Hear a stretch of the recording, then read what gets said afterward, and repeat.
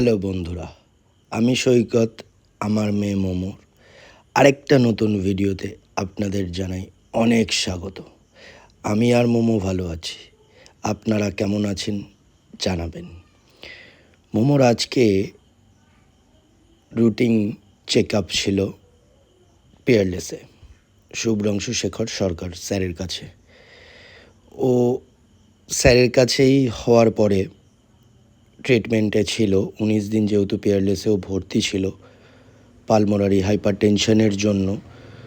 ওই কারণেই ওকে মোটামুটি চেক আপেই রাখা হয় স্যারের কাছে। এই কদিন ওর একটু প্রবলেম হচ্ছিল, প্রবলেম বলতে ওর একটু পেট ব্যথা মতন হচ্ছিল, ঠিকঠাক খাওয়া দাওয়া করছিল না। ওই জন্যই স্যারের কাছে একটু চেক আপে নিয়ে গেছিলাম। তো স্যার চেক টেক করে মোটামুটি মোমো ভালোই আছে, ওর সেরকম কোনো অসুবিধা নেই। খুব গরম পড়েছে, এই জন্য একটু প্রবলেম হচ্ছে।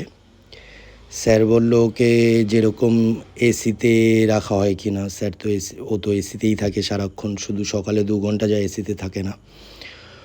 ওই এনআইসিউতে 19 দিন মতন ছিল, তাই জন্য এনআইসিউর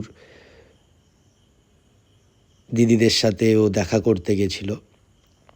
তারপরেই পিপির সাথে একটু দেখা করে নিল। পিপি হচ্ছে পেয়ারলেসেরই নার্সিং ওটির স্টাফ। তো পিপির সাথে দেখা টাকা করে বাড়িতে ফেরার পালা মোমোর।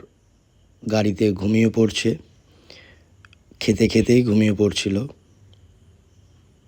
আর এরকম ভ্লগ দেখতে হলে এই পেজটিকে ফলো করে দিও, লাইক করো, কমেন্ট করে জানিও যে ভ্লগটা কেমন লাগলো। Thank you.